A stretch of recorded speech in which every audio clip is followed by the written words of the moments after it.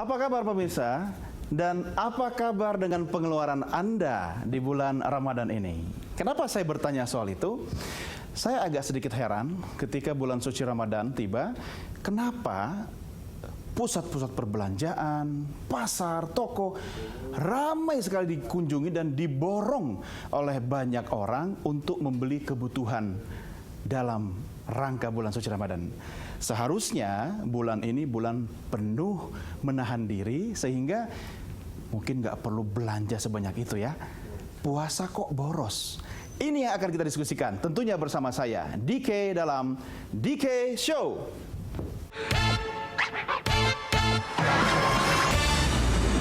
Ya pemirsa, bulan puasa sepertinya banyak juga yang lapar mata ya. Bahkan saya sering melihat banyak yang belanja berlebihan, masuk pusat perbelanjaan sendiri, keluarnya bisa berempat karena dibantu sama petugas untuk bawa troli dan belanjaan lainnya. Nah, sebenarnya bagaimana sih kita harus berpuasa tanpa harus berlebih-lebihan? Kali ini kita akan ngobrol dengan tamu istimewa saya. Saya sudah mengundang dua narasumber spesial. Yang pertama tentu Anda sudah tidak asing lagi, yaitu Profesor Nasaruddin Umar, seorang cendekiawan Muslim dan juga seorang perencana keuangan, Mbak Mike Rini. Kita sambut sama-sama kehadiran beliau.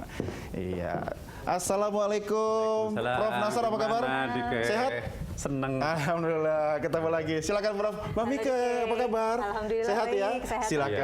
Silakan duduk. Nah, ini dalam rangka bulan suci Ramadan juga nih, Prof. Mbak Mike. Yeah. Ini tadi saya ngomong-ngomong nih sama pemirsa. Bulan Ramadan itu kan harusnya menahan diri kan, Prof ya? Tapi banyak juga ini nggak bisa nahan diri untuk belanja macam-macam. Prof, kalau Anda melihatnya seperti apa nih? Ya itu kan pesta budaya, pesta agama, rutinitasnya ini kan cuman satu kali satu tahun. Betul. Gitu ya. Dan itu bukan fenomena Indonesia tapi fenomena dunia Islam seluruhnya. Seperti juga kelompok-kelompok agama lain ya, ada hari-hari tertentu yang juga melakukan hal yang sama. Jadi dalam rutinitas kehidupan ini memang selalu harus ada event-event tertentu yang menyedot, mungkin sebutlah ya, apa yang Anda sebut, istilahkan itu dengan menyedot energi, menyedot keuangan dan sebagainya.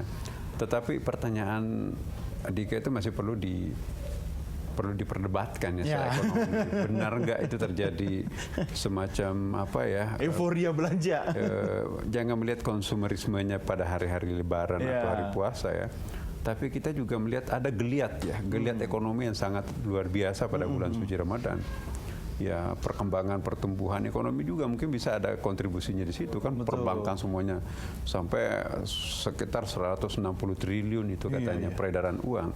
Peredaran uang itu kan bisa positif bisa negatif. Nah, mari kita lihat apakah peredaran uang yang beredar pada bulan Ramadan ini cenderung konsumtif atau justru di balik konsumerisme itu juga ada produktivitas yang luar biasa. Atau di balik konsumerisme itu kalau mau tanda kutip ya, itu juga ada pengalihan dana kuota masuk ke desa. Kan budaya mudik itu kan. Tiba-tiba muncul pasar kaget di desa-desa. Jadi uang kota yang sekian lama menabung di kota itu pindah ke desa. 11 bulan di kota, 1 bulan ada di desa. Jadi memperbaiki rumah orang tuanya, memugar makam orang tuanya, menanam modal di desa. Jadi event-event Ramadan itu juga bisa kita lihat selain faktor budayanya ada, faktor agamanya juga ada, dan faktor ekonominya juga ada. Jadi kita harus melihat secara bijak ya, jangan hanya melihat dari unsur macet jalan, kemudian juga istilahnya dikata itu mubazirnya. Iya, boros gitu. Iya, boros. Jangan dari situ aja ya. Harus melihat dari berbagai macam segi. Betul, tapi Prof, jangan sampai merhatiin kampung orang tua atau rumah cuma sebulan dalam 1 tahun ya. Bulan Ramadan doang. Nah, ini tanya ahlinya nih Mbak Mike nih. Yang paling oke gimana sih Mbak Mike kalau kita merencanakan keuangan keluarga? Ini kan 1 bulan berpuasa, tentu saya tidak tahu apa mekanisme pengeluarannya berbeda dibanding bulan-bulan lainnya, atau memang wajar kita melakukan belanja berlebih selama bulan Ramadan untuk kepentingan ya seperti yang tadi Prof. Nasar sampaikan itu. Gimana Mbak? Sebenarnya kalau dalam konsumsi rumah tangga Indonesia ya, pengeluaran bulan Ramadan seharusnya malah lebih sedikit menurun, dibandingkan menurun dibandingkan bulan-bulan biasa. Asal buka puasanya balas dendam ya.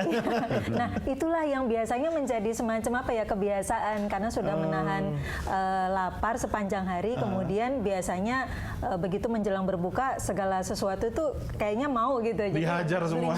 Belanjanya malah lebih banyak. Iya, Itu lebih iya. banyak malah di jajannya. Nah, sebenarnya itu kan bukan prioritas. Nah, itulah kalau biasanya memang kalau perayaan merayakan segala sesuatu memang jadinya ada pengeluaran ekstra gitu ya. Nah, padahal sebenarnya perayaan itu tidak harus identik dengan pengeluaran ekstra.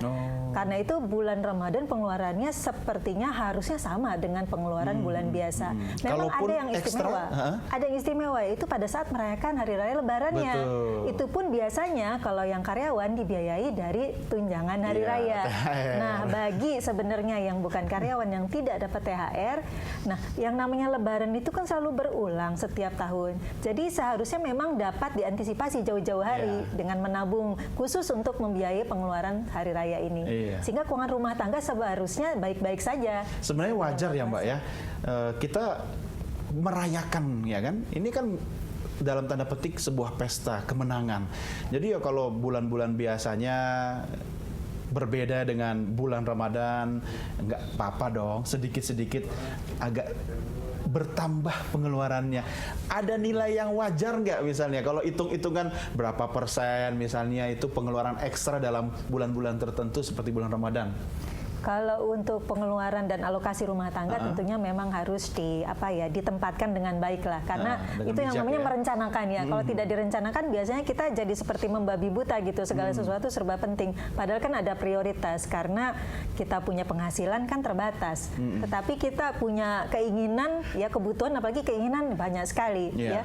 Nah, memang ada beberapa pengeluaran ekstra yang malah saya dukung atau saya support, misalnya infak, sedekah, apalagi zakat yang wajib. Itu harus nggak bikin kita orang bayar. miskin. Iya. Ya, nggak ada sejarahnya orang melakukan itu semua jadi miskin. Jadi miskin iya kan? ya zakat. Iya. Kemudian ada juga tradisi misalnya kalau mau berlebaran itu tradisi memberikan hadiah, Salam angpau, salam tempel. Angpau. Sebenarnya itu kan sebuah tradisi yang tidak negatif gitu ya.